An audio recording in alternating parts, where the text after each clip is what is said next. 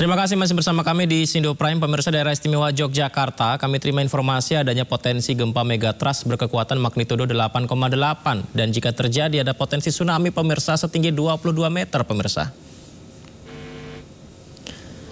Ya, BPBD Daerah Istimewa Yogyakarta melaporkan masyarakat punya waktu sekitar 38 hingga 42 menit untuk menyelamatkan diri sebelum gelombang mencapai daratan. Ini merupakan analisis ya, analisis kajian yang dilakukan BMKG dan BPBD Daerah Istimewa Yogyakarta. Wilayah terdampaknya yakni salah satunya di Bantul dan Kulon Progo.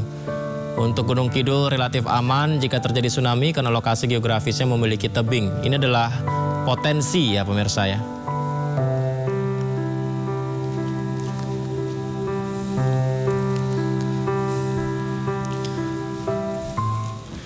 Mengenai potensi ini pemirsa, potensi tsunami yang terdeteksi akibat gempa magnitudo 8,8, kita terhubung dengan ahli tsunami Badan Riset dan Inovasi Rasional, Dr.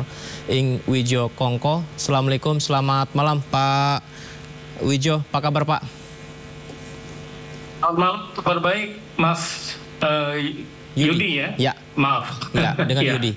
Pak Wijo, ya. Benarkah Pak simulasi tsunami akibat gempa magnitudo 8,8 ini dapat menghasilkan gelombang setinggi 22 meter Pak sebenarnya? Dan bagaimana hingga ada potensi seperti ini akhirnya muncul Pak sebenarnya?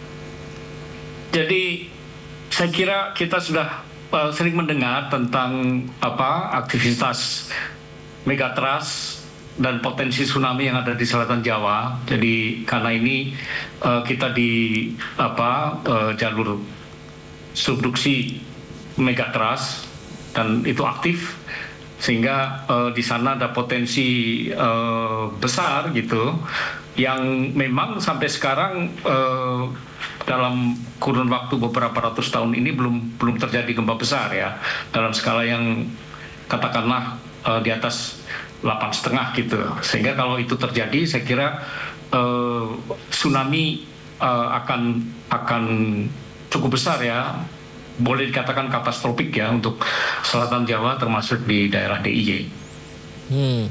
Pak, ya. Kalau kemungkinan adanya ini sebenarnya pemicunya apa Pak? Sehingga potensi ini bisa saja terjadi begitu Pak sebenarnya? Apakah faktor cuaca kah atau faktor apa sebenarnya Pak? Ya lebih karena kalau ini kan kita bicaranya tentang tsunami yang disebabkan oleh gempa bumi ya, aktivitas ya, sehingga kalau ada gempa bumi terjadi besar, kemudian di daerah dasar lautan di sana kemudian ada perubahan-perubahan ketinggian, ada yang longsor dan seterusnya, dan ini menjadi sumber tsunami karena mendorong air yang di atasnya dan kemudian menjalar ke daratan, dan itu waktunya memang cukup pendek ya, kalau kita simulasikan sekitar antara 30-40 menit sudah sampai di pantai, dan kalau magnitud 8,8 seperti yang potensi yang disampaikan tadi, saya kira benar bahwa itu bisa di atas 20 meter, mungkin bisa lebih dari itu ya. Kawasan mana saja sih Pak yang paling rentan Pak di Indonesia nih Pak, termasuk di Pulau Jawa sebenarnya Pak?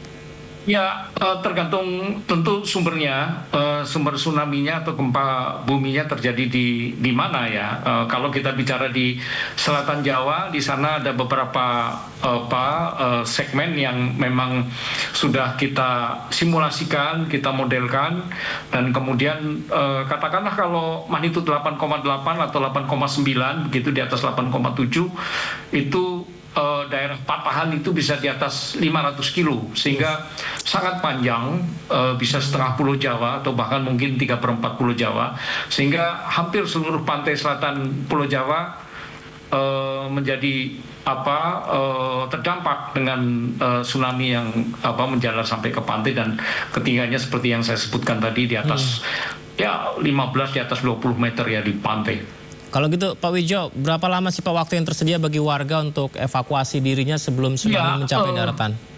Ya, saya kira tidak banyak, karena jaraknya dari sumber paling hanya 100 kilo dan kecepatannya sangat, tentu tsunami sangat tinggi di laut dalam, sehingga ya 20-30 menit katakanlah begitu. Waduh. Atau 20 menit golden time lah kita menyebutkan seperti itu, sehingga memang waktunya tidak banyak dan masyarakat, publik dan seterusnya harus bersiap untuk melakukan evakuasi pada saat yang tepat, dan ini kerjasama dengan berbagai stakeholders ya, termasuk kesiapan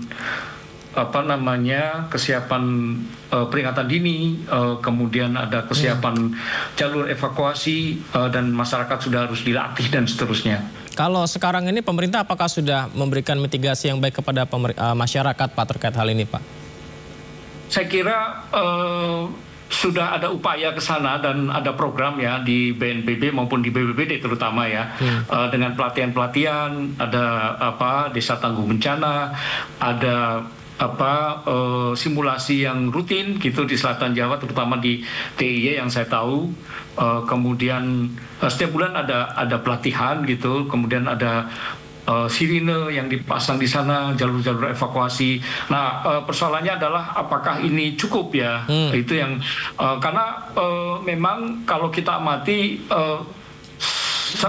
sampai sekarang, saya 2006 itu melakukan survei pada saat gempa bumi tsunami Pangandaran, dan sekarang pantai-pantai yang dulu terkena tsunami itu sudah dipenuhi dengan infrastruktur ya, pemukiman, ada tempat-tempat wisata kan gitu ya, sehingga saya kira kerentanan semakin tinggi, dan tentu ini tantangan kita bersama untuk kemudian bisa melakukan program yang terintegrasi ya, sehingga risiko bisa diminimalisir.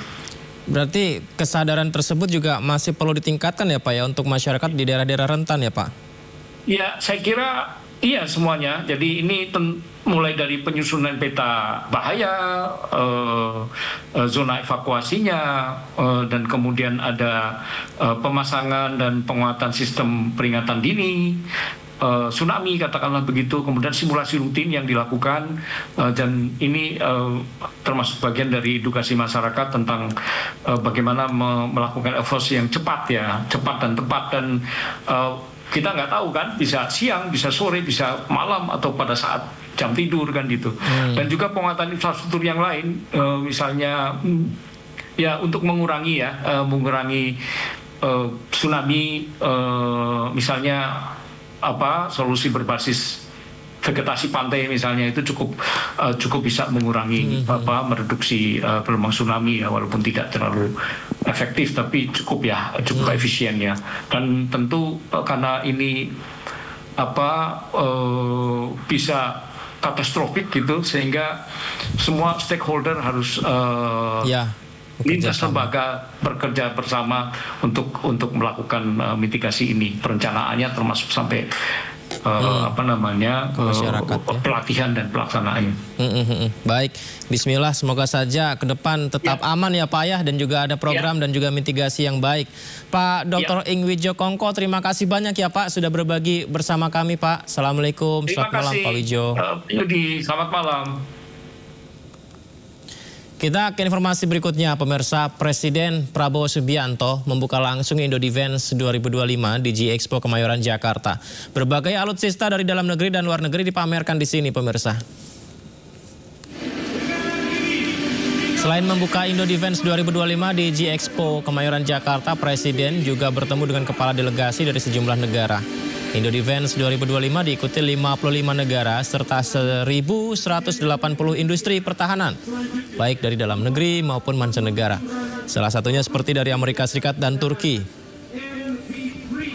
Ya, pameran alutsista ini bukan hanya sebagai bisnis pertahanan, tapi juga menjadi kontribusi Indonesia terhadap perdamaian dunia.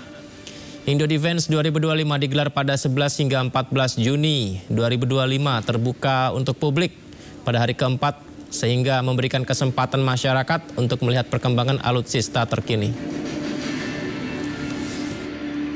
Itu yang kita harapkan Unhan dan semua lembaga pendidikan nanti berkarya, berbakti untuk negara dan bangsa di bidang manapun.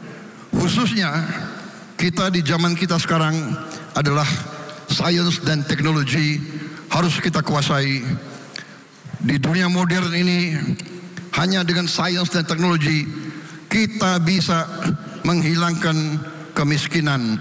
Kita bisa menjadi negara maju. Sebuah insiden terjadi saat pameran Indo Defense, pemirsa. Presiden Prabowo menegur langsung salah satu anggota Pas Pampresnya yang menghempaskan tangan seorang jenderal bintang 1 dari negara sahabat.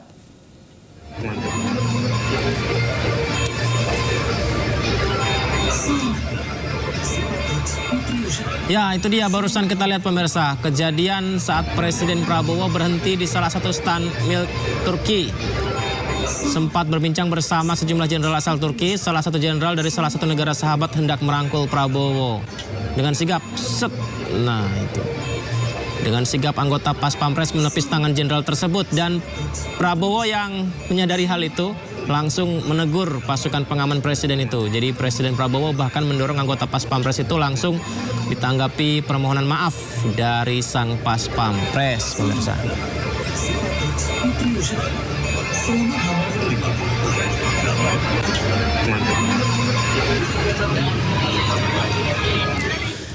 Ya, beragam informasi menarik masih akan kami hadirkan untuk Anda. Tetap bersama kami di Sindo Prime.